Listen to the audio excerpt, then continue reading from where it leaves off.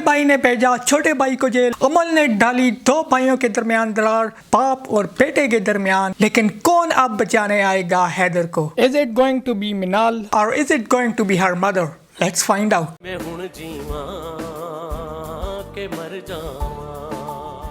So finally डंक की वो एपिसोड आई जिसने बड़े अरसे के बाद जो है वो बैम्बूजल किया फैंस को। बहुत ही जबरदस्त कमाल की एपिसोड थी। अमल ने सफीर को इस कदर उकता दिया कि सफीर ने FIR दर्ज करवा दी अपने भाई हैदर के खिलाफ, और ना सिर्फ FIR दर्ज कराई बल्कि हैदर को खुद पुलिस से अरेस्ट भी करवाया। अब सफीर ने दिल तो जीत लिया अपने चचा का, लेकिन अपने भाई का दिल बहुत ही ज्यादा दुखाया। सफीर हैदर को जब जेल में मिलने भी आता है तो हैदर के आंख से आंसू निकल पड़ते हैं। बहुत ही इमोशनल सीन थे। हैदर ने वहां पर कोई भी वर्ड नहीं बोला, लेकिन जो एक्सप्रेशंस थे, परफॉर्मेंस थी, that was very powerful. Haider के अबू उसका सारा सामान कमरे से निकाल कर बाहर फेंक देते हैं और उसकी माँ ये देखकर काफी ज्यादा हर्ट होती हैं। यह भी एक इमोशनल सीन था और एक माँ की फीलिंग्स को आप जरूर समझ सकते हैं। इससे आप अंदाजा ये भी लगा सकते हैं कि हैदर के वालिद अब उससे किस कदर नफरत करते हैं। दूसरी तरफ अमल हमें मुसलसल कामयाब होती नजर आ रही है। अपनी साजिशों में वापस आ चुकी है वो घर हैदर के,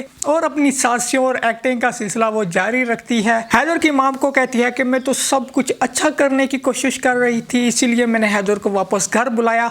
जिस पर क्या कमाल का जवाब दिया है हैदर की माँ ने कि अब आइंदा इतना अच्छा करने की कोशिश न करना। आई थिंक ये इशारा काफी था अमल के लिए, और इस जवाब से ही अमल का जो चेहरे का रंग है वो पीला हो चुका था। एक्टिंग की अगर बात करें, even though it was a negative character but superb acting from Sana Javed. और इसके अलावा हमें सायरा का भी सीन जो है वो इसमें थोड़ा बहुत नजर आया। प्रोफेसर हुमायूं की डायरी वो ओपन करती हैं।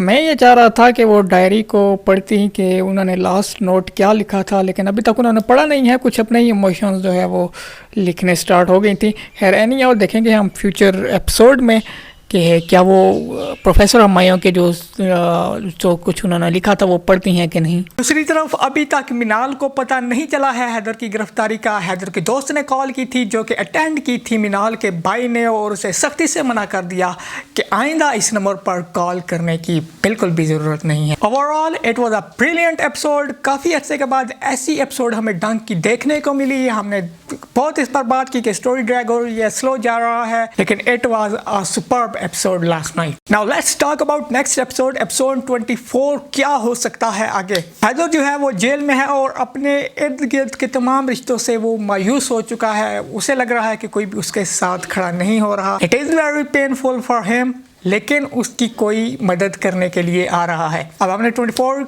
एपिसोड के टीजर में देखा कि हमें PNP नजर आए सना जावेद पर नजर रखते हुए। इसके अलावा वो हैदर से जेल में भी मिलने आएंगे। सफ़ीर भी नेक्स्ट एपिसोड में एक मरतबा फिर आएगा हैदर से मिलने, और सना जावेद अमल खुद आएगी हैदर के साथ मिलने और उसे और तड़प पाएगी कि यार देखो तुम तो मुझे जेल में डालने के लिए चले थे, मैंने तुम्हें ही जेल में डाल दिया है। हैदर की माँ भी जो है वो हैदर पर कम्प्लीटली ट्रस्ट कर रही है, लेकिन वो कुछ कर नहीं पा रही, और दूसरी तरफ अमल भी अपने भाई के हाथों मजबूर है।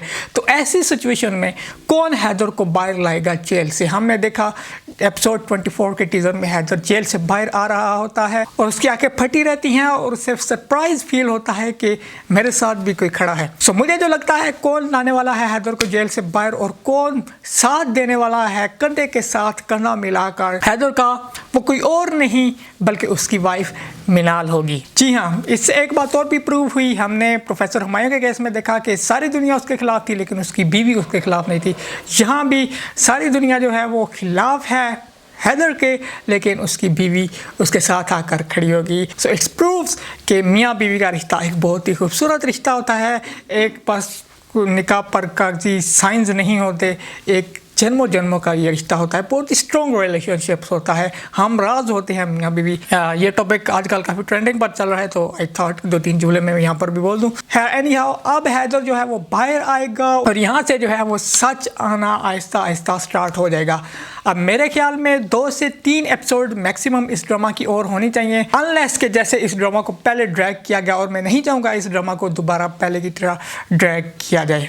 So next episode is going to be very interesting. Don't miss out that.